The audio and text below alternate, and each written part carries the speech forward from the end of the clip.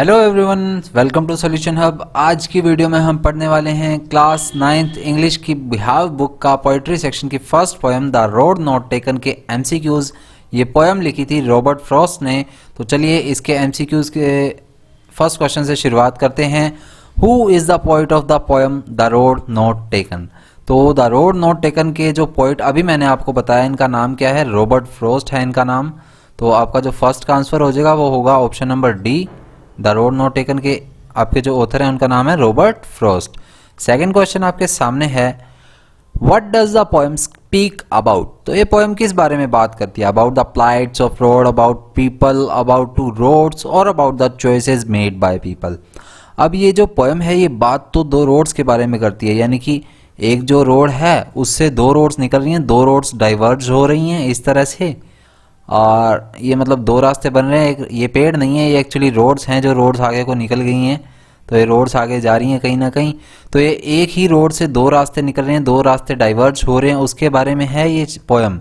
लेकिन इसका जो मेन थीम है वो क्या है कि ये चॉइसेस के बारे में बात कर रहा है। यानी कि एक पर्सन अगर उसके सामने इस तरह की दो कंडीशंस आ जाती हैं कि उसको उनमें से एक चूज़ करनी पड़ती है, तो वो उसे किस तरह से चूज़ करेगा, क्या अपने फैक्ट्स लगाएगा, क्या अपनी सोच लगाएगा, उसके बारे में है कि किस तरह से वो अपनी चॉइसेस को मेड करेगा, यानी कि अपनी चॉइसेस बनाएगा। So about the choices made by people इसका करेक्ट आंसर है। नेक्स्ट क्वेश्चन आपके सामने है, What does the road signify in the poem? तो ये जो रोड है ये क्या बता रही है इसमें? The path or choice that was left or was not chosen to tread, or the pathway on the roadside, or a road with two turns. तो अभी मैंने बताया कि a road with two turns, ये चीज़ तो दिखा रही है कि एक रोड है उससे दो रोडें निकल रही हैं, दो रोड्स निकल रही हैं, तो दो टर्न्स के बारे में बात हो रही है। लेकिन उसका डीप मीनिंग क्या है कि वो चॉइसेस की बात कर रहा है, यानी कि द पाथ और choices that was left over और was not chosen to trade, यानी कि ऐसी चॉइस या ऐसी रोड की बात की गई है जिसे चूज नहीं किया गया और वो लेफ्ट रह गई, यानी कि वो वहीं रह गई, उस पर कोई भी नहीं चला, और was not chosen to trade यानी कि उसे इस्तेमाल नहीं किया गया, उसके बारे में बात की गई है। तो उसके बारे में लास्ट स्टेंजा में पोइट डिस्क्राइब भी करता है, अपनी बातचीत भी करता है उस बारे में। तो इस पे आपका जो राइट आंसर होगा वो होगा ऑप्शन नंबर ए। तो ए आपका इसमें करेक्ट है। नेक्स्ट क्वेश्चन आपके सामने है, which thing decides a person's future according to this poem? तो एक पर्सन का, एक इंसान का फ्यूचर इस पोएम के अकॉर्डिंगली किस तरह से डिसाइड किया जाता है? The path one chooses to walk, the path one leaves behind, the regrets और द सक्सेस। तो इनमें से जो आपका करेक्ट ऑप्शन है वो है the path one chooses to walk, यानी कि हमारा फ्यूचर इसी पर डिपेंड करता है कि जो हम रास्ता चूज करेंगे उसी से ही। मान लीजिए मैंने आज 12th कर ली, 12th के बाद मैंने साइंस स्ट्रीम ले लिया तो मैं साइंस की तरफ जाऊंगा, आर्ट्स स्ट्रीम लिया तो आर्ट्स की तरफ जाऊंगा, और कॉमर्स स्ट्रीम लिया तो कॉमर्स वाले फील्ड में जाऊंगा। तो अब मुझे डिसाइड करना है कि मैं आर्ट्स वाले में जा रहा हूँ, मैं साइंस वाले में जा रहा हूँ, या फिर मैं कॉमर्स वाले में जा रहा हूँ। तो जिस साइड भी मैं जाऊंगा उसी में ही मेरा आगे फ्यूचर डिपेंड करेगा, जैसे कि मेरा अभी आर्ट्स वाले में डिपेंड कर रहा है। तो ऑप्शन नंबर ए जो है इसमें करेक्ट आंसर है। तो आपका ए जो ऑप्शन है वो करेक्ट होगा इसमें। नेक्स्ट आपके सामने क्वेश्चन है, what is the message of the poem? इस पोएम का मैसेज क्या है? Be wise while choosing and taking decisions, two roads are confusing, road is nothing but a pathway, और ऑल ऑफ द अबव। तो इस poem का जो message है वो है be wise while choosing and taking decision, यानी कि आपको बहुत ही बुद्धिमत्ता से, बहुत ही ध्यानपूर्वक, बहुत ही अच्छे से दिमाग लगाकर अपना डिसीजन लेना होता है। अपने जो भी डिसीजंस होते हैं, जो भी अब उसको चूज करना होता है, टेक करना होता है, यानी कि सोच समझ कर ही, विचार कर ही अपना डिसीजन लेना चाहिए किसी भी बारे में, क्योंकि उसी पर ही आपका फ्यूचर डिपेंड करेगा, जो कि पिछले क्वेश्चन में हमने पढ़ा भी है। तो इसका करेक्ट आंसर होगा option number A. Next question आपके सामने है, Why is the poet asking to be wise while choosing a pathway? अब पोइट ये बात क्यों बोल रहा है कि आपको बहुत ही बुद्धिमत्ता से काम लेना पड़ेगा जब आपके सामने दो रास्ते आ जाएं और आपको उनमें से कोई एक चूज करना पड़े, यानी कि आपको एक डिसीजन लेना पड़े, तो आप क्या करेंगे? Because there is no going back option, because it is the only one road, because it is one sided road, और नन ऑफ द अबव। क्या वहां पर वापस जाने का कोई रास्ता नहीं होता, या फिर वहां पर एक ही रास्ता होता है? Because it is the only one road, या फिर वहाँ पर एक ही रास्ता है, और it is one sided road, या फिर ये एक तरफा ही रास्ता है, या फिर इनमें से कोई भी नहीं। तो रोड की बात तो इसमें हुई नहीं है, हालांकि रोड का यूज़ किया गया है, लेकिन डेप्थ में अगर जाते हैं तो वो बात कर रहा है लाइफ डिसीजंस की, और नन ऑफ द अबव भी इसमें नहीं है। इसमें है आपका because there is no going back option, क्योंकि हमें उसी हिसाब से डिसीजन लेने होते हैं कि अगर हम एक बार डिसीजन ले लेंगे, अगर आपने 12th के बाद एक बार साइंस ले ली है तो आपको आगे साइंस में ही परस्यू करना पड़ेगा। बहुत डिफिकल्ट हो जाता है अगर आप ग्रेजुएशन के बाद पोस्ट ग्रेजुएशन में अपना जो है मास्टर्स जो है आर्ट्स में करेंगे तो वो डिफ़िकल्टी वाला हो जाता है, आपके लिए एक चैलेंजिंग ऑप्शन हो जाता है जो कि आप परस्यू भी नहीं कर पाएंगे। तो उसी हिसाब से हमें आगे जाने वाले ऑप्शंस को देखकर ही अच्छे से चूज़ करना होता है। तो ऑप्शन नंबर ए आपका इसमें करेक्ट ऑप्शन है। नेक्स्ट क्वेश्चन है आपके सामने, what does diverse mean? Diverse का क्या मीनिंग है? डाइवर्स मीनिंग होता है बंटना, यानी कि दो रास्तों में। जैसे मैंने आपको बताया था एक रोड आ रही है उससे दूसरी निकली, मतलब एक ही रास्ते से दो रास्ते निकल गए। ये आपको कुछ अगर आप वर्टिकली देखेंगे तो थोड़ा गुलेल की तरह या वाई की तरह लग जाएगा। मतलब एक रोड आ रही है उससे दो रोड्स डाइवर्ज हो रही हैं, दो रोड बंट रही हैं, तो उसे डाइवर्स कहते हैं। तो to be separated and taking a different turn, to be torn, to break और all of the above. Break होना नहीं होता, टॉर्न फटना भी नहीं होता, ऑल ऑफ द अबव तो है नहीं क्योंकि ये दो भी कट गए हैं। तो एक बचा है to be separated and taking a different turn, यानी कि सेपरेट हो जाना, अलग हो जाना और एक अलग रास्ता बना लेना। तो इसी का ही ये ऑप्शन नंबर ए जो है वो करेक्ट है इसमें। नेक्स्ट आपके सामने एक क्वेश्चन है, why was the poet able to travel one road only? अब पोइट एक ही रोड पे ट्रेवल क्यों कर सकता है? Because he had to walk alone, because he had no vehicle, because he was one person और ऑल ऑफ द अबव। तो क्या उसे अकेला ही चलना है इसीलिए वो एक रोड चूज कर रहा है? नहीं। क्या उसके पास व्हीकल है? क्या उसके पास कोई व्हीकल नहीं है? तो व्हीकल की तो कोई बात ही नहीं आई है। Because he was one person, तो ये सही है। ऑल ऑफ द अबव हो नहीं सकता क्योंकि ये दो कट चुके हैं ऑलरेडी, ये वाले दो, तो ऑल ऑफ द अबव भी नहीं है। Because he was one person, क्योंकि वो अकेला आदमी है इसीलिए उसे एक रोड से ट्रेवल करना पड़ेगा। यानी कि आप एक पर्सन है, आप अपने डिसीजंस पे चलेंगे, कोई दूसरा पर्सन है वो जरूरी नहीं है कि आपके डिसीजन पर चलेगा, वो अपने डिसीजन पर चलेगा। हो सकता है आप दोनों के डिसीजन सेम हो लेकिन वो चलेगा अपने वाले पर ही, यानी कि अपनी मर्जी से ही चलेगा। नेक्स्ट क्वेश्चन है, what do yellow woods mean? Yellow woods का क्या मीनिंग है इसमें? Falling leaves, forest with yellow leaves in autumn season, wood yellow in colour और none of the above. Wood yellow in colour नहीं है, ना ही नन ऑफ द अबव है, फॉलिंग लीव्स भी नहीं है। ये है जंगल में जब पतझड़ का मौसम आ जाता है तब पीली सी पत्तियां हो जाती हैं, यानी कि एक हरी पत्तियां होती हैं जो कि एक समय बाद जब बारिशों का मौसम आता है तो वो गिर जाती हैं और थोड़े टाइम बाद पीली पड़ जाती हैं। आपने देखा होगा क्रिंकली सी हो जाती हैं कुछ वो पत्तियां, तो उन पत्तियों को यहाँ पर येलो वुड्स की संज्ञा दी गई है। तो ऑप्शन नंबर बी आपका इसमें करेक्ट ऑप्शन है। नेक्स्ट आपके सामने क्वेश्चन है, what do yellow woods represent? Yellow woods क्या रिप्रेजेंट करती हैं? पीपल को, ओल्डर पीपल को, पोइट्स को या फिर चॉइस को? तो ये रिप्रेजेंट करती हैं ओल्डर पीपल या ओल्ड पीपल को, यानी कि ऐसे लोग जो उस पर पहले होकर जा चुके हैं। यानी कि ये एक रोड है, उसमें से क्या हुआ, एक रास्ता इधर को निकल गया है और एक रास्ता इधर को आ रहा है। तो बात ऐसी है, अब वो पॉइंट कहता है यहां पर कि एक रास्ते को तो सभी ने चूज कर लिया, मान लीजिए इस रास्ते पर सभी चले गए, लेकिन ये रास्ता किसी ने चूज नहीं किया। तो इस पे जो पत्तियां पड़ी हैं वो सारी अभी येलो वुड्स और क्रिंकली सी पड़ी हैं बस। तो यानी कि ओल्डर पीपल को ये इस तरह रिप्रेजेंट कर रहा है कि पुराने लोग थे जो वो उस पर नहीं चल कर गए, या इधर जो पड़ी हैं वो भी पीली ही होंगी पत्तियां क्योंकि उस पर भी लोग चल कर गए हैं और वो उतने ही समय से पड़ी हैं, लेकिन वो थोड़ी क्रिंकली ज़्यादा होंगी, यानी कि उन पर पैरों के निशान वगैरह होंगे, वो थोड़ी दबी मुड़ी होंगी। लेकिन इधर वाली जो इस रोड पर होंगी वो थोड़ी साफ पड़ी होंगी। तो इधर वाली के लिए पॉइंट ने यूज़ किया ओल्डर पीपल, यानी कि पुराने लोग इन येलो पत्तियों को दिखाते हैं, तो इसके लिए ओल्डर पीपल इसका सही ऑप्शन है। नेक्स्ट क्वेश्चन है आपके सामने, why was the poet looking at the path?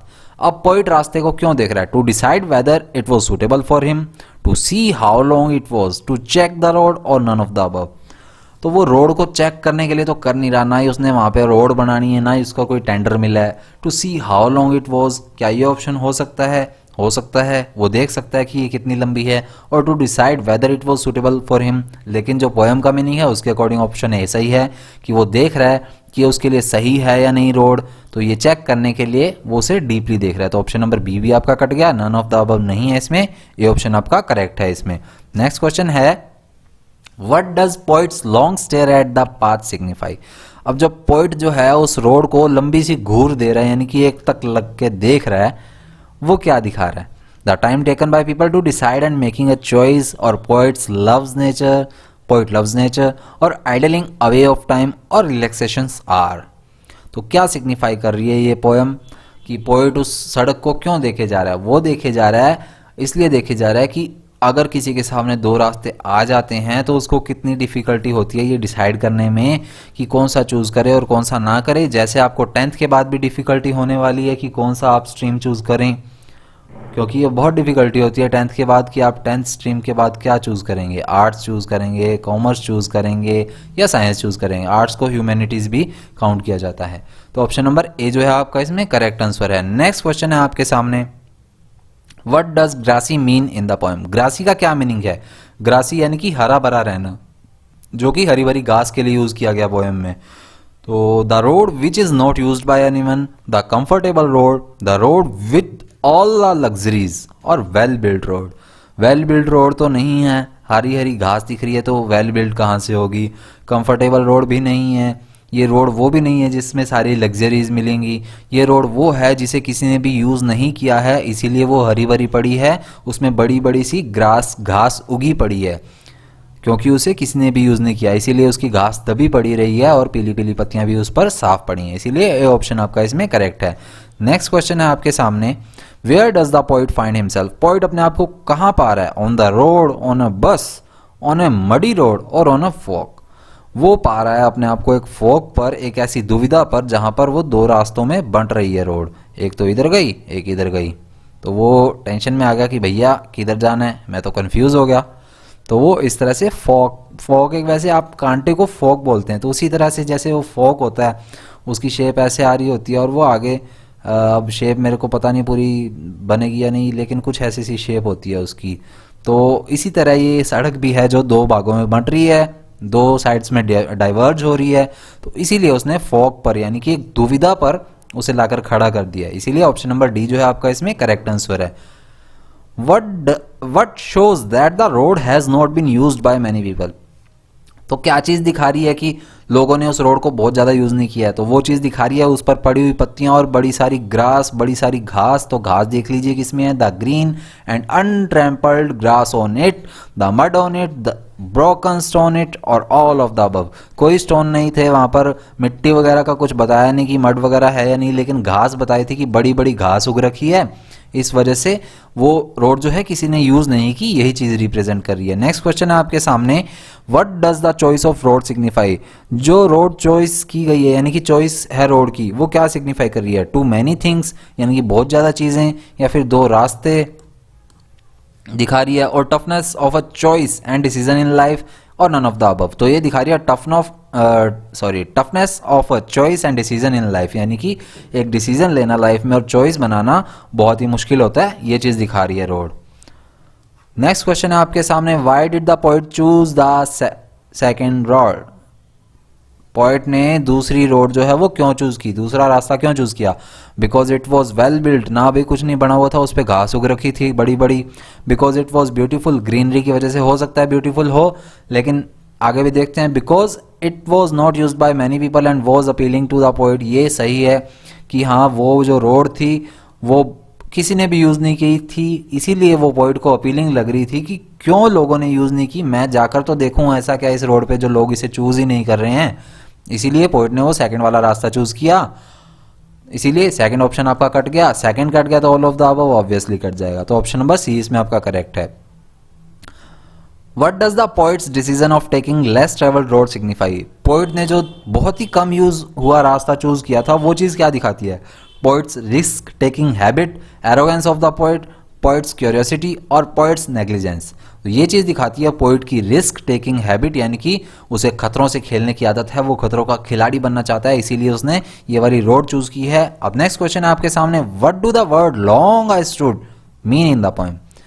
Sorry words हैं यहाँ पर, तो ये वर्ड्स हैं लॉन्ग आई स्टूड, ये क्या दिखाते हैं? Poets dilemma, poet was in relaxing mood, poet was enjoying the nature, और पोइट वॉज थिंकिंग। तो ये चीज दिखाती है, लॉन्ग आई स्टूड दिखाता है पोइट्स का डायलमा, पोइट का डायलमा। अब डायलमा क्या होता है? डायलमा होता है एक असमंजस की स्थिति, यानी कि जब आप दुविधा में आ जाते हैं यानी कि किसी चीज़ को चूज करने में आपको दिक्कत आ रही हो, दुविधा की स्थिति हो या फिर असमंजस की स्थिति हो, उसे हम डायलमा बोलते हैं। तो ऑप्शन नंबर ए जो है आपका इसमें करेक्ट ऑप्शन है। नेक्स्ट क्वेश्चन की तरफ बढ़ते हैं। What is the dilemma of the poet? Poet का डायलमा, पोइट को किस चीज की दुविधा हो रही है? Whether he will be able to come back to second road और नॉट, कि क्या वो वापस आ सकेगा दूसरी रोड पर, नहीं या फिर नहीं, और whether he will get time for himself, या फिर वो खुद के लिए टाइम निकाल पाएगा या नहीं, और whether he will be successful, या फिर उसे ये टेंशन हो रही है कि मैं सक्सेसफुल होऊंगा या नहीं, और whether he will be able to walk, या फिर वो चल सकेगा या नहीं। तो उसे ना ही सक्सेसफुल होने की टेंशन है, ना ही उसे ये टेंशन है कि वो खुद के लिए टाइम निकाल पाएगा या नहीं, ना ही उसे ये टेंशन है कि वो चल पाएगा या नहीं, उसे टेंशन है कि वो सेकंड रोड पर वापस आ पाएगा या नहीं आ पाएगा। तो ऑप्शन नंबर ए आपका इसमें करेक्ट होगा। नेक्स्ट क्वेश्चन है, यहाँ पर मैंने पूरी की पूरी पोएम छाप दी है एज इट इज़, मतलब यहाँ पर आगे राइम स्कीम का क्वेश्चन है आपके सामने। तो राइम स्कीम निकालते हैं। पहले एक चीज़ आपको बता दूँ, सभी स्टेंजास की इस पोएम के अकॉर्डिंगली सभी स्टेंजास की जो राइम स्कीम है उसमें अलग अलग जो है लेटर्स यूज होने वाले हैं। तो देखिए, 2 roads डाइवर्ज्ड in a yellow would, यानी कि एक्सप्लेन नहीं करना है, हमें राइम स्कीम निकालनी है। तो चलिए पेन ले लेते हैं। हाँ, तो यहाँ पर दे रखा है would both stood could under growth. Similar words मैंने आपको पोएम में निकालने सिखाई थी राइम स्कीम। सिमिलर वर्ड्स जो होते हैं उन्हें पहले ढूंढ लीजिए, जो राइम बना रहे होते हैं एक दूसरे से, राग बना रहे होते हैं। तो वुड, स्टूड और कुड, ये तीनों एक दूसरे से राइम बना रहे हैं, तो इन्हें दे दीजिए आप ए क्यों देंगे? क्योंकि आप अभी से स्टार्ट कर रहे हैं। तो स्टूड को भी ए दे दीजिए और कुड को भी ए दे दीजिए। अब आपके सामने आता है बोथ और अंडर ग्रोथ, ये सिमिलर राइम बना रहे हैं, तो इसे आप बी दे दीजिए। मतलब सेम वर्ड्स को आपने सेम लेटर देना है, सेम अल्फ़ाबेट देना है। तो पहले पैराग्राफ की आपके सामने राइम स्कीम क्या आ गई है? पहले पैराग्राफ की राइम स्कीम आई है आपके सामने ए बी, ये आपके सामने पहले पैराग्राफ की राइम स्कीम है। मैंने पहले आपको बोला कि सभी स्टेंजास की जो राइम स्कीम है वो डिफरेंट होगी, अलग अलग लेटर्स यूज होंगे, क्योंकि इनमें जो लास्ट वाले जो वर्ड्स हैं वो सभी स्टेंजास में डिफरेंट हैं, कोई राइम नहीं कर रहे हैं। फेयर आप चाहे देख लीजिए, फेयर ऊपर वाले किसी में से वुड या both, stood, could, under growth, इनमें से किसी के साथ भी राइम नहीं कर रहा है, तो इसे हम दे देंगे सी। अब फेयर के जैसा देखिए, फेयर, वेयर, देयर, ये तीनों राइम बना रहे हैं, तो इसे भी सी दे दीजिए। अब देखिए क्लेम क्या ऊपर वाले किसी में से भी राइम बना रहा है? Would, both, stood, could, under growth या फेयर, इनमें से नहीं बना रहा है, तो इसे दे दीजिए डी। तो इसे दिया मैंने डी। क्लेम के साथ मिलता हुआ कोई वर्ड है तो देख लीजिए सेम, तो सेम क्लेम को क्लेम कर रहा है, यानी कि क्लेम जैसा ही है, तो इसे दे दीजिए डी। तो आपकी इस पैराग्राफ की राइम स्कीम हुई C D C C D, C D C C D. अब नेक्स्ट देखते हैं, यहाँ पर है ले ब्लैक डे वे बैक। तो यहाँ पर देखिए ले किसी से मैच कर रहा है, पहले वालों में से नहीं कर रहा है, तो इसे दे दीजिए आप ई। ब्लैक किसी से मैच कर रहा है तो नहीं कर रहा, इसे भी दे दीजिए एफ। अब ले के साथ मिलता हुआ है डे और वे, तो इसे दे दीजिए वापस से ई, इसे भी दे दीजिए ई। बैक और ब्लैक सेम राइमिंग वर्ड हैं, तो इसे दे दीजिए एफ। तो इसकी आपकी जो राइम स्कीम हुई वो क्या हुई? E F. अब नेक्स्ट की राइम स्कीम देखिए, साई, हैंस, आई, बाय, डिफरेंस। तो साई किसी से राइम कर रहा है, पहले वालों में से नहीं कर रहा है, तो इसे दे दीजिए आप जी। हैंस भी किसी से नहीं कर रहा है, तो इसे दे दीजिए एच। अब देखिए आई किसी से राइम कर रहा है, तो साई से कर रहा है, तो इसे भी दे दीजिए जी। बाय भी कर रहा है किसी से आई से, तो इसे भी दे दीजिए जी, साई और आई से कर रहा है। अब डिफरेंस हैंस से राइम कर रहा है, तो इसे दे दीजिए एच। तो इसकी आपकी राइम स्कीम क्या हुई? G H G G H. तो आपकी पूरी पोएम की राइम स्कीम क्या हुई? A B, C D D, E F, G H. ये आपकी राइम स्कीम है। अब आगे आने वाले ऑप्शंस में आप ढूंढ लीजिए क्या ये वाले ऑप्शंस हैं। तो चलिए देखते हैं, राइम स्कीम पूछी है मैंने, तो राइम स्कीम ढूंढ लीजिए क्या आगे आने वाले ऑप्शंस में है ये नहीं है। Rhyme scheme A B, C D, E F, G H G, ये नहीं है। A B, C D, D F, D F नहीं है। ABAAB, CD CCD, EFEEF, GHGGH। तो ये वाली है, तो ऑप्शन नंबर सी जो है आपका इसमें करेक्ट है। डी वाला फिर भी एक बार चेक कर लीजिए, ABAAB, CDDC, तो ये वाला भी नहीं है। तो राइम स्कीम एक बार आप ध्यान से दोबारा पढ़ लीजिएगा, पोएम में भी मैंने एक्सप्लेन की थी कैसे निकालनी है, तो उसे भी अच्छे से देख लीजिएगा। MCQ करने से पहले एक बार आप पोएम को अच्छे से जरूर देखिएगा। पोएम की जो वीडियो है डिस्क्रिप्शन में मैंने प्लेलिस्ट का लिंक भी दिया है, तो उसमें आपको सारी वीडियोस मिलेंगी, तो वो चेक कीजिएगा अगर आपने MCQs अच्छे से समझने हैं तो। अब नेक्स्ट क्वेश्चन है, what does one travellers mean here. One traveller जो वर्ड है इसका क्या मीनिंग है? अलोन ट्रैवलर है, लोनली ट्रैवलर है, a person who will travel on the road ये है, या फिर अकेला आदमी है? अकेला आदमी तो नहीं है, मतलब है लेकिन यहाँ पर अकेला आदमी नहीं है, अलोन ट्रैवलर भी नहीं है, लोनली ट्रैवलर भी नहीं है। A person who will travel on one road, एक ऐसा आदमी जो एक रास्ते पर ट्रैवल करेगा, उसके बारे में वन ट्रैवलर यूज किया गया है यहाँ पर। Why did the poet call the wood yellow. अब पोइट ने वुड को येलो क्यों रिप्रेजेंट किया है? एक क्वेश्चन पीछे रह गया है। पोइट ने वुड को येलो क्यों रिप्रेजेंट किया है, हमें बताना है। Because it looked yellow, because of the sun, because it was raining, और बिकॉज इट वॉज ऑटम। तो ये ऑटम का सीजन था, इसलिए पत्तियां जो है वो पीली पड़ गई थी, इसलिए उसने येलो वुड वर्ड जो है वो यूज किया था इसमें। Why did the poet stand long. Poet वहां पर लॉन्गली क्यों खड़ा रहा था बहुत लंबे समय तक? He was waiting for his friend, नहीं। He was waiting for the right time, नहीं। He was looking down on the road as far as he could, बिल्कुल जी हाँ ऐसा ही था। वो यही सोच रहा था कि इस रोड को कैसे मतलब चूज किया जाए, क्या किया जाए, कौन सी रोड चूज की जाए। वो थका नहीं था इसलिए वेट नहीं कर रहा था। तो ऑप्शन नंबर सी जो है आपका इसमें करेक्ट ऑप्शन है। Who took the other road. दूसरी रोड किसने ली? पोइट के दोस्त ने, नहीं। कजन ने, नहीं। सन ने, नहीं। दूसरे लोगों ने, जी हाँ दूसरे लोगों ने दूसरी रोड ली थी। पोइट को लग रहा था कि ये रोड क्यों नहीं ले रहे लोग, तो पोइट ने ये चैलेंज जो है वो अपीलिंग माना और दूसरी रोड पर चल दिया। Why did the other road want wear. अब दूसरी रोड पर चला जाना क्यों जरूरी हो गया था? Because it was plain, it was grassy, it was soft, और इट वॉज रॉकी। रॉकी यानी कि पत्थर वाली नहीं थी, सॉफ्ट भी नहीं थी, ये प्लेन भी नहीं थी, इस पर बड़ी बड़ी घास उग रखी थी, इसलिए पोइट को लगा कि इस पर कोई नहीं चला, तो कहता मैं चल के दिखाऊंगा, तो ये चला गया। तो हम भी चलते हैं। The poet doubts his come back because. अब पोइट को ऐसा लग रहा था कि वो वापस आ सकेगा या नहीं आ सकेगा। क्यों लग रहा था? He continuous to follow the road he chooses, he is very lazy, he is on the car, he never repeats himself. तो ना ही वो लेजी था, ना ही उसके पास कार थी, ना ही वो खुद को रिपीट करता था, ये बात भी नहीं थी। He continues to follow the road he chooses, क्योंकि उसने सोच लिया था कि मैंने एक बार जो रास्ता चूज कर लिया है मैं उसी पर चलूंगा। सलमान खान बन गया था ये भी कि एक बार मैंने जो स्टेटमेंट दे दी, एक बार जो रोड चूज कर ली तो मैं उसी पर चलूंगा, इसलिए उसने वो रास्ता चूज कर लिया। लेकिन उसे डाउट हो रहा था कि मैं वापस आकर दूसरी रोड पर जा सकूंगा या नहीं, तो ऐसे डाउट में ही वो रह गया था लास्ट स्टेंजा में। आगे बढ़ते हैं। How shall the poet be telling people. अब पोइट इसमें कैसे बता रहा है लोगों को? So sadly, with a sigh, happily, और विद अ स्माइल। तो पोइट इसमें बता रहा है विद अ साई। ये पोएम के अंदर आया था, आपको दिखा देता हूं, लास्ट स्टेंजा में आया शायद ये वाली लाइन।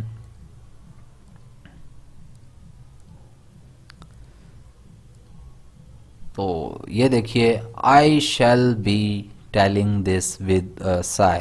ये यहाँ पर एक सांस लेते हुए यानी कि थोड़ा सा डरते हुए पोइट ये बात बोलता है कि मैं वापस आ सकूंगा या नहीं इन रोड्स पर दोबारा। चलिए आगे बढ़ते हैं। इस क्वेश्चन में देखते हैं कहाँ है। चल जा भाई, क्या हो गया इसे?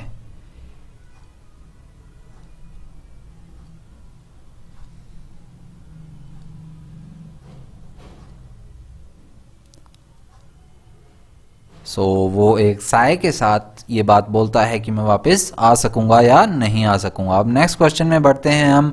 What happened on taking the road less travelled by. अब जब उसने लेस ट्रेवल्ड यानी कि बहुत कम यूज हुई रोड पर चलना शुरू किया तो क्या हुआ? Nothing happened, magic happened, it made all the difference, और it took the poet to a mystery land. नहीं, कोई ऐसा नहीं था कि कुछ भी नहीं हुआ, मैजिक भी नहीं हुआ, ना ही पोएट उससे मिस्ट्री लैंड पर जा सका। इसने आगे के सारे रास्ते बदल दिए। यानी कि मान लीजिए आप अपने घर से निकले, आप पहुंचे कहीं पर, यानी कि मान लीजिए आप चंडीगढ़ में हैं, चंडीगढ़ से आप जा रहे हैं, एक रोड जा रही है हिसार को तो आप हिसार निकलिए, एक रोड जा रही है आपके सामने अमृतसर को तो आप अमृतसर जा सकते हैं। तो अब आप पे डिपेंड करता है कि आप हिसार वाली रोड चूज़ करते हैं या फिर अमृतसर वाली करते हैं। तो अगर आप अमृतसर की चूज़ करेंगे तो अमृतसर ही पहुंचेंगे, आप फिर हिसार नहीं जा सकते हैं। तो उसी चक्कर में पोइट थोड़ा सा कंफ्यूज था कि कौन सी रोड चूज़ करूं कौन सी ना करूं, यानी कि कौन से रास्ते पर चलूं जिससे मेरा फ्यूचर ऐसा हो और कौन से रास्ते पर ना चलूं जिससे फ्यूचर ऐसा ना हो। तो इसी वजह से यानी कि अगर आप एक रास्ता चूज़ करेंगे तो उससे आप दूसरा नहीं चूज़ कर पाएंगे, तो मतलब उसके वाले डिफरेंसेस रह जाएंगे। मतलब आप मान लीजिए आर्ट्स चूज़ करते हैं 10th के बाद, तो आप आर्ट्स वाले फील्ड में जाएंगे, फिर आपको नहीं पता कि साइंस में क्या हो रहा है क्या नहीं हो रहा, कौन से वायरस बन रहे हैं या कौन से केमिकल बन के फट रहे हैं, तो आपको नहीं पता चलेगा इस बारे में। चलिए आगे बढ़ते हैं। अब grassy path means, grassy path का क्या मीनिंग है? Kutcha road, unused road, mud road और यूज्ड रोड। तो कुच्चा होती है एक ऐसी रोड जिस पर काफ़ी ज़्यादा ड्रेनी सा मॉइस्चर यानी कि मानसून काफ़ी रहता है ना, मतलब बहुत ज़्यादा मानसून होता है उसके टाइम पे काफ़ी ज़्यादा मडी हो जाती है रोड, यानी कि काफ़ी ज़्यादा गीला गीला रहता है वहाँ पर, मिट्टी की वजह से मडी सी रोड रहती है, उसे हम कुच्चा रोड रहते हैं। तो क्या वैसी रोड थी? तो वैसी तो नहीं थी। अनयूज्ड रोड थी, मड रोड भी नहीं थी और यूज्ड रोड भी नहीं थी, क्योंकि पोइट ने ऐसी रोड चूज़ की थी जो यूज्ड नहीं थी, यानी कि अनयूज्ड रोड थी। तो ग्रासी पाथ का मीन्स है यहाँ पर अनयूज्ड रोड। अब नेक्स्ट क्वेश्चन है, I shall be telling this with a Sai.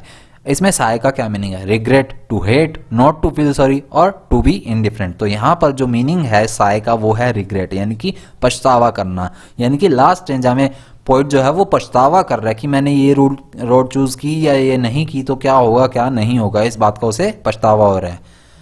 Road is a metaphor for, road किस को मेटाफर की तरह यूज किया गया है? मेटाफर क्या होता है आपको बता दूं, मेटाफर होता है एक तरह का कंपैरिजन, सिमिली भी कंपैरिजन होता है, लेकिन सिमिली में हम लाइक एज जैसे वर्ड जो है वो यूज करते हैं। सिमिली में हम यूज करते हैं लाइक एज, इस तरह के वर्ड जो यूज करते हैं वो सिमिली लिटरेरी डिवाइस होती है या लिटरेरी फॉर्म कह सकते हैं हम। और मेटाफर जो होता है उसमें भी कंपैरिजन होता है, सिमिली में भी कंपैरिजन होगा और मेटाफर में भी होगा, लेकिन सिमिली में लाइक और एज वर्ड्स के साथ होता है, मेटाफर में बिना इन वर्ड्स के सीधा ही कंपैरिजन किया जाता है। तो रोड का कंपैरिजन किस चीज़ के साथ किया गया है, यानी कि रोड को क्या माना गया है? Travelling wisely, good health, choices we make in life और मॉर्निंग वॉक्स। तो इसे माना गया है चॉइसेस को, यानी कि जो चॉइस हम लाइफ में लेते हैं, डिसीजंस लेते हैं, उसे एक रोड की तरह यहाँ पर माना गया है। अब नेक्स्ट क्वेश्चन की तरफ बढ़ते हैं। Leaves no step had trodden black implies. एक लाइन आई है, leaves no step had trodden black, यानी कि कोई भी निशान जो छूटे हैं या वहां पर पड़ गए हैं या नहीं रहे हैं उसके बारे में बात की गई है पोएम में। वो क्या दिखाती है चीज? That the road was not taken by anyone, that it was not a safe road, और that the poet was not interested in taking the road, और none of the above. None of the above नहीं है यहाँ पर, safe road की बात भी नहीं है, ये थर्ड वाली बात भी नहीं है। बात तो यहाँ पर ये है that the road was not taken by anyone, यानी कि उस रोड पर पत्तियां इतनी साफ पड़ी हैं, इतनी भी मुड़ी नहीं है, पांव पर वहां पर पांव के निशान भी नहीं है जिससे कि वो ब्लैक पड़ जाएं। तो ऐसी रोड है जो पोएट ने चूज की है जो कि किसी ने भी चूज नहीं की थी, यानी कि एक ऐसी रोड पोएट चूज कर रहा है जो पहले किसी ने चूज नहीं की हुई। तो ए ऑप्शन आपका इसमें करेक्ट है। नेक्स्ट क्वेश्चन है, आई doubted if I should ever come back. अब पोइट यहाँ पर डाउट कर रहा है कि मैं वापस आ सकूंगा या नहीं। Show that the poet was, यहाँ पर पोइट क्या दिखा रहा है, यानी कि पोइट कैसा दिख रहा है? यहाँ पर कॉन्फिडेंट दिख रहा है, इनडिसिजिव दिख रहा है। इनडिसिजिव क्या होता है? यानी कि वो बहुत इजीली डिसीजन नहीं ले पाना। ऑप्टिमिस्टिक दिख रहा है, ऑप्टिमिस्टिक क्या होता है? काफी ज्यादा मतलब एक्सपेक्टिंग गुड थिंग्स, यानी कि बहुत ज्यादा अच्छी थिंग्स को सोचना। ऑप्टिमिस्टिक हो रहा है या फिर पैसिमिस्टिक हो रहा है, यानी कि निराशा से भरा हुआ है, तो वो है इनडिसिजिव। यहां पर दुविधा में है पोइट कि कौन सी रोड लूं या फिर कौन सी ना लूं। तो ऑप्शन नंबर बी आपका इसमें करेक्ट है। How many roads diverged into the yellow woods, कितनी रोड वहां पर डाइवर्स्ड हो रही हैं? तो 2 रोड वहां पर डाइवर्स्ड हो रही हैं, 2 भागों में वो बंट रही है रोड। तो ऑप्शन नंबर बी जो है सी जो है आपका करेक्ट है। द पोएम रिप्रेजेंट्स, क्या करती है ये poem represent? Making choices that may shape us, making this world a better place to live in, the speaker's childhood और 2 रोड्स। 2 रोड्स को रिप्रेजेंट नहीं कर रही है, स्पीकर का चाइल्डहुड रिप्रेजेंट नहीं कर रही है, making this world a better place to live ये भी रिप्रेजेंट नहीं कर रही है। ये कर रही है हमारे डिसीजंस, हमारी चॉइस के बारे में, ऐसी चॉइसेस जो कि हमें आगे फ्यूचर हमारा जो है रिप्रेजेंट करेंगी, यानी कि हमारा फ्यूचर बनाएंगी या हमारा फ्यूचर नहीं बनाएंगी, उन चॉइसेस के बारे में ये पोयम बात कर रही है। आगे बढ़ते हैं। The poet was dash that he couldn't choose both the roads. अब पोइट क्या हो गया, हैप्पी है, डिलाइटफुल है, डिससेटिस्फाइड है या सॉरी है? वो है सॉरी, वो काफ़ी दुखी है कि वो दोनों रोड्स को चूज नहीं कर सकता है। इस बात से वो काफ़ी ज़्यादा सॉरी फील कर रहा है, वो काफ़ी ज़्यादा दुखी हो रहा है। As a traveller the speaker of the poem, एक ट्रैवलर होने के तौर पर स्पीकर जो है पोएम में वो क्या है, क्या करता है? मार्च हैस्टिली यानी कि जल्दबाजी में। तो क्या वो जल्दबाजी में वहां पर चला जाता है रोड पे? ना भाई, वो ऐसा नहीं करता। स्टूड लॉन्ग, हाँ वो खड़ा रहता है। रोड ऑन ए हॉर्स, ना भाई वो घुड़सवारी नहीं करता। और नन ऑफ द अबव तो है ही नहीं, क्योंकि एक ऑप्शन हमें यहाँ पर दिखाई दे रहा है कि वो लंबे समय तक वहां खड़ा रहता है और सोचता रहता है कि कौन सी रोड चूज करूं, कौन सी ना करूं। The poet expressed his views about, अब पोइट अपने व्यूज देता है इस पोएम में। किस तरह के व्यूज हैं वो? डेली लाइफस्टाइल के हैं, जर्नी ऑफ लाइफ है, ग्रेटिट्यूड टू द यूनिवर्स है, या फिर काइंडनेस टुवर्ड्स एनवायरनमेंट है। तो वो एनवायरनमेंट के लिए कोई काइंडनेस नहीं दिखा रहा है, वो यूनिवर्स के लिए भी काफ़ी ज़्यादा खुश या उत्सुक नहीं हो रहे, या धन्यवाद नहीं कर रहे यूनिवर्स का किसी भी तरह से। और ना ही वो डेली लाइफस्टाइल की बात कर रहा है, वो बात कर रहा है जर्नी ऑफ लाइफ की, यानी कि लोग अपनी लाइफ जो है वो कैसे स्पेंड करते हैं या अपने डिसीजंस लेते किस तरह हैं। Before choosing his road the poet, road choose करने से पहले पोइट क्या करता है? पास्ड बाय द मिडोव्स, मिडोव्स क्या होता है? Field of grass. मिडोव्स क्या होता है? A field of grass. तो क्या वो एक घास के खेत से गुजरता है या घास के एरिया से गुजरता है? नहीं, ऐसा नहीं है। Looked out for his companion, ना भाई वो अपने कंपेनियन के लिए भी वेट नहीं कर रहा। स्टूड लॉन्ग, हाँ वो खड़ा रहता है। वेटेड फॉर हिज बिलव्ड, तो क्या वो अपने प्यार करने वाले के लिए रुका रहता है, अपनी प्रेमिका के लिए? नहीं, ऐसा नहीं है। वो खड़ा तो रहता है, लेकिन इस चक्कर में कि कौन सी रोड चूज करूं, कौन सी ना करूं। The road the poet choose, second form है ये CHOSE, चूज की, ठीक है। तो जो पोइट ने रोड चूज की थी वो कैसी थी? Grassy see, was not much difference as the other one, या फिर वो दोनों मिलती जुलती थी, क्या कोई ज़्यादा डिफरेंस नहीं था। और वॉज क्राउडेड, या फिर वो क्राउडेड थी, भरी भरी थी, लोग वहाँ पर भीड़ भड़क्का मचाए हुए थे। और बोथ ए एंड बी, या फिर ए और बी दोनों। ए और बी दोनों नहीं है, क्योंकि वो दोनों सिमिलर नहीं थी। एक को बहुत ज़्यादा यूज़ किया गया था, एक को यूज़ नहीं किया गया था। भीड़ भाड़ वाली रोड नहीं थी जो पोइट ने चूज़ की थी, लेकिन वो ग्रासी थी, यानी कि उस पर बड़ी बड़ी घास थी। तो ऑप्शन नंबर ए आपका इसमें करेक्ट है। नेक्स्ट क्वेश्चन है, before choosing his on path the speaker, अब अपना रास्ता चुनने से पहले स्पीकर क्या करता है? Waited for long, left his job, travelled around और नन ऑफ द अबव। तो वो अपनी जॉब नहीं छोड़ता है, यानी कि वो आगे चलने का सोचता जरूर है। ट्रेवल्ड अराउंड यानी कि वो आसपास घूमता है, नहीं घूमता वो। नन ऑफ द अबव नहीं है, क्योंकि ये वाला ऑप्शन जो है वो सही है, इसमें वो बहुत लंबे समय तक वहां पर रुका रहता है। आपके सामने ये ऑप्शन कई बार आया है, कभी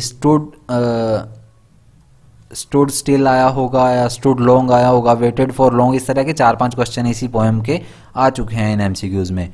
तो ऑप्शन नंबर ए जो है इसमें करेक्ट है। अब आगे बढ़ते हैं, आगे हैं इसके आंसर्स। ये आंसर्स नोट कर लीजिएगा, स्क्रीनशॉट लेना है स्क्रीनशॉट लीजिए।